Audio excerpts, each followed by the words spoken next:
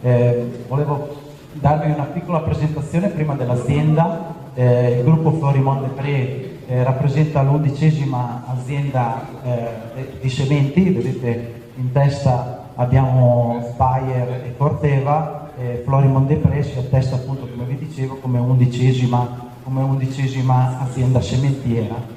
Un po' di storia riguardo questa multinazionale. È una multinazionale a conduzione familiare, quindi una multinazionale un po' fuori dall'ordinanza. Nel 1804 praticamente la famiglia Desprez si stabilisce in una zona a nord della Francia e Jean-Baptiste Desprez ha iniziato i primi screening varietali sulla barbabietola da zucchero e fonda la società Desprez.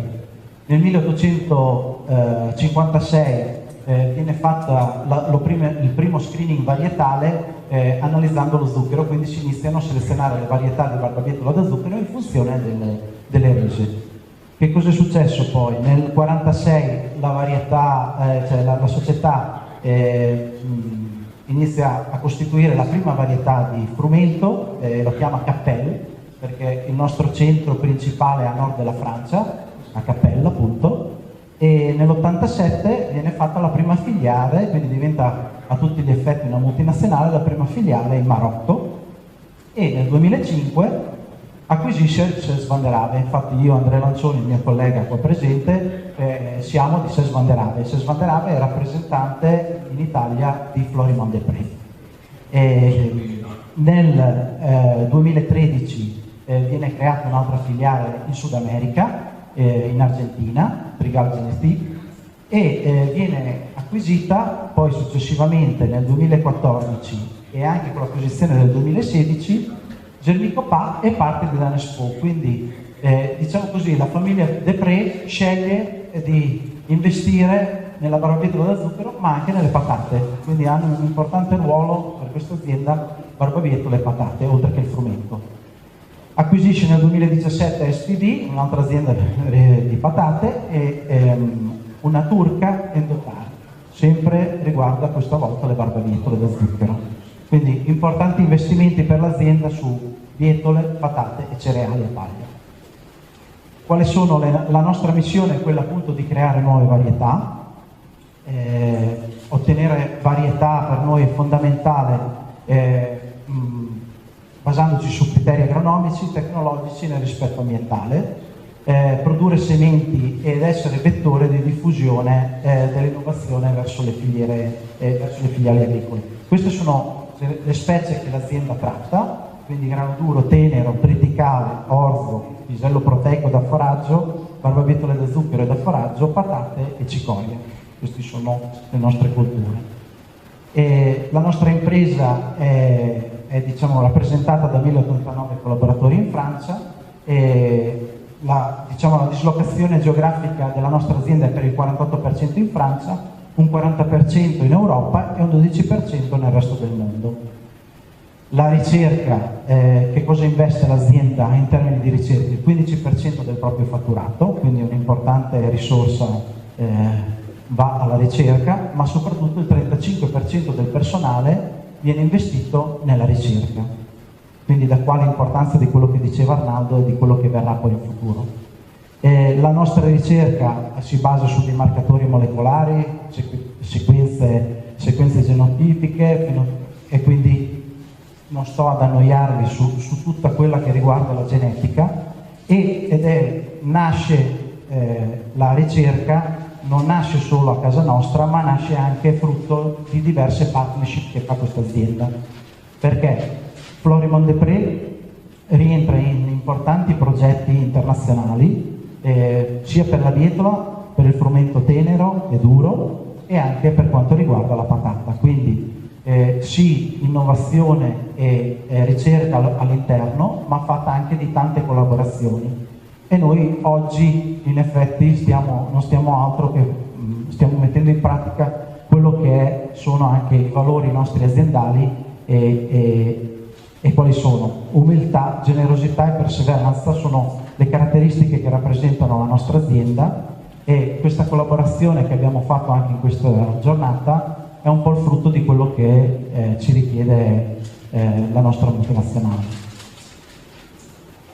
Come avete visto, questi sono i numeri chiave dell'azienda: 296 milioni di euro di fatturato, 1089 dipendenti, 9 sono le specie lavorati, 35 filiali dirette all'estero e il 15% è il fatturato che viene investito nella ricerca. Questo è ciò che avviene in Italia. Diciamo così, abbiamo prove sperimentali dove vengono assaggiate tutte le nostre nuove linee, perché le nuove linee, prima di venire presentate a livello commerciale, fanno 3 anni in Italia di ricerca. Quindi viene fatto prima uno screening in Francia e poi 3 anni vengono assaggiate in Italia. E le vedete con il colore verde, sono quelle proprio i punti dove vengono assaggiate in Italia. Poi abbiamo delle prove dimostrative che sono le linee commerciali o pre-commerciali. Lasciatemi dire 2 parole anche per chi è Scandinavia Italia. Siamo una SRL, commercializziamo, come sapete, varietà di barbabietole da zucchero.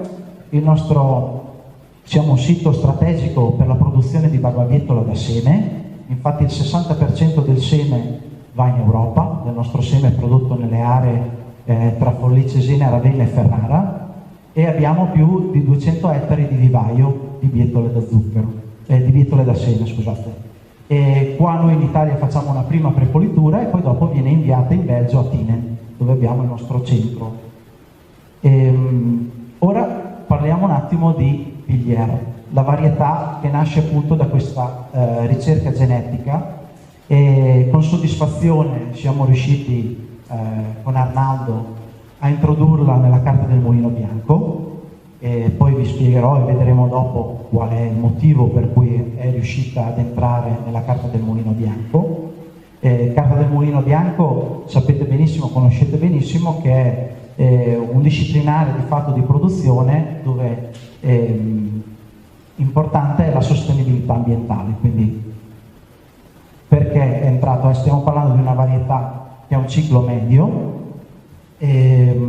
non è una coltura molto alta, quindi è resistentissimo all'allettamento e resiste anche bene a degli investimenti elevati di seme. Ha una buona resistenza alla ruggine bruna, meno alla ruggine gialla, e ha un'ottima tolleranza al clortaluron, quindi si presta anche a determinate strategie di diserbo, è resistente anche alla cecidomia. Quest'anno abbiamo avuto diversi problemi di cecidomia in diverse zone. E poi, come vedremo dopo, ha dato anche buoni risultati di resistenza alla fusariosi delle spighe. Lo vedremo dopo da un dato che vi farò, perché siamo abbastanza avanti nella ricerca per quanto riguarda le fusariosi.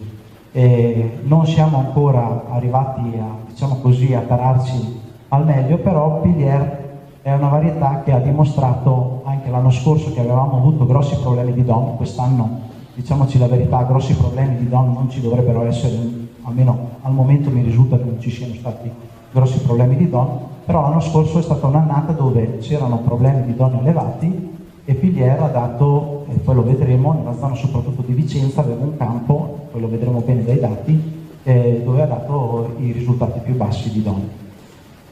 Stiamo parlando di una varietà che è un frumento panificabile, è una durezza media e vorrei focalizzare, visto che c'è anche il mulino, ha un P su L 0407, che di solito è un indice con cui viene misurata l'elasticità di una farina, e quindi generalmente i nostri clienti, i riproduttori, ci richiedono dei valori di P su L che abbiano 0,4 e 0,7 proprio per la migliore lavorabilità delle farine.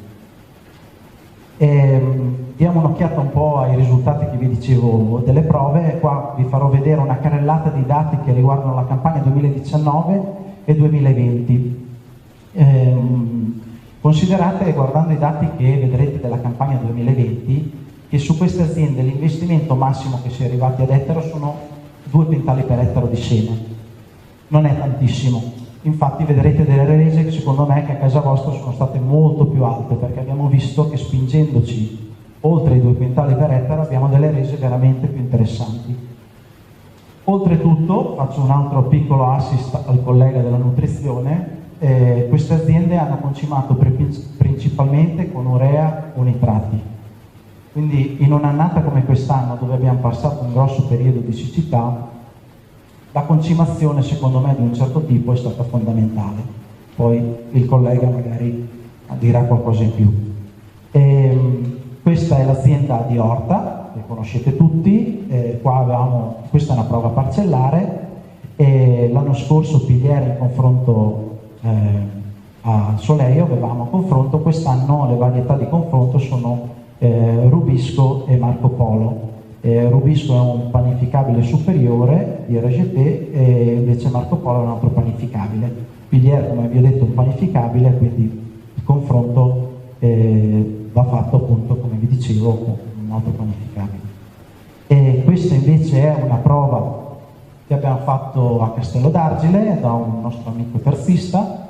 Qui avevamo parcelloni molto grandi, da 1120 metri quadri. Anche qui l'investimento non è arrivato ai 2 quintali per ettaro, e queste qua sono state, purtroppo non ho le proteine perché adesso stiamo facendo anche le analisi l'alveogramma di Chopin, perché vogliamo in un qualche modo vedere anche quest'anno se conferma, come ha confermato poi gli anni precedenti, questa malleabilità delle farine, perché per noi è molto importante per poter entrare e per poter rimanere nella filiera della carta del mulino bianco, perché comunque è una varietà che ci permette di avere una buona sostenibilità ambientale per le caratteristiche che vi dicevo prima.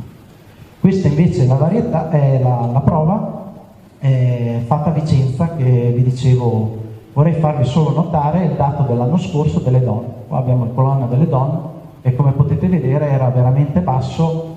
Qui ho tolto anche, avevamo anche un dato di un'altra varietà che superavamo i 1000 pp ed era una varietà DOC, che è una varietà molto coltivata nella zona Roma Vicenza. Qui abbiamo, per quanto riguarda il 2020, purtroppo per ora abbiamo solo le rese, poi dopo i dati qualitativi, casomai anche con Arnaldo, visto che comunque siete una platea abbastanza familiare, che conosce tutti, non ho problemi a farveli avere, a farli vedere a Arnaldo. Questa è un'altra azienda, questa volta è a Spoleto. Anche qui considerate che le semine, come anche ad Orta quest'anno, le semine sono state fatte a dicembre, anzi ad Orta addirittura sono andate anche a gennaio quest'anno, quindi, però mentre là era una prova parcellare dove appunto hanno irrigato, qui invece non c'è stata irrigazione, semina a dicembre, e devo dire la verità che le rese fare 83 quintali per ettaro in questo areale qua, quando la media quest'anno è stata intorno ai 60 quintali, nella zona di Perugia, Spoleto, è stata veramente una buona... Hanno prodotto comunque bene anche con Soleio, perché hanno fatto 76 quintali, però dicono che la media lì in zona è stata intorno ai 60-65 quintali quest'anno. Ecco, questo è un po' il riassunto dei dati qualitativi di Piliere dell'anno scorso, perché come vi dicevo quest'anno non li ho, e li vedete riassunti P su L per le diverse zone, quindi Orta, Ravenna, il primo dato, Boselli a Bologna, e Molina a Vicenza, l'azienda Molina, e Orsolini è l'azienda che vi dicevo di Spoleto. Piliere è stata la varietà che ha deciso di sposare Arnaldo. Sono contento che sia iniziata questa collaborazione e come vi dicevo in cantiere abbiamo tante altre varietà, siamo vicini ad avere delle importanti resistenze per quanto riguarda la fusoriosi, per non avere grossi problemi poi di DON, perché oggi il problema, quest'anno per fortuna non è un problema, ma normalmente nei nostri areali purtroppo è un problema molto presente. E questi sono alcuni nomi di varietà che arriveranno da quest'anno, ma anche dall'anno prossimo, potrebbero essere disponibili e stiamo, la volontà è quella di fare ricerca nei 3 anni in Italia per trovare le varietà che possono essere più adatte all'areale italiano, ma la volontà di lavorare con i riproduttori, perché noi di fatto, non l'ho detto prima, rappresentiamo i costitutori, quindi il nostro lavoro non è vendere R2, il lavoro di vendere R2 è quello di Arnaldo, ma noi la volontà di esserci oggi è per dire che noi vogliamo radicarci nel territorio insieme a voi e cercare di trovare le varietà che possono essere adatte al vostro territorio. Da qui la volontà di fare questa giornata insieme a voi, di venire come costitutori a parlare a voi in collaborazione con Arnaldo, perché noi crediamo molto nelle collaborazioni territoriali, è proprio una cosa che ci richiede anche proprio la nostra azienda. E niente, io vi ringrazio per l'attenzione e non voglio dilungarmi, poi sono disponibile per le domande e lascio la parola a un grazie.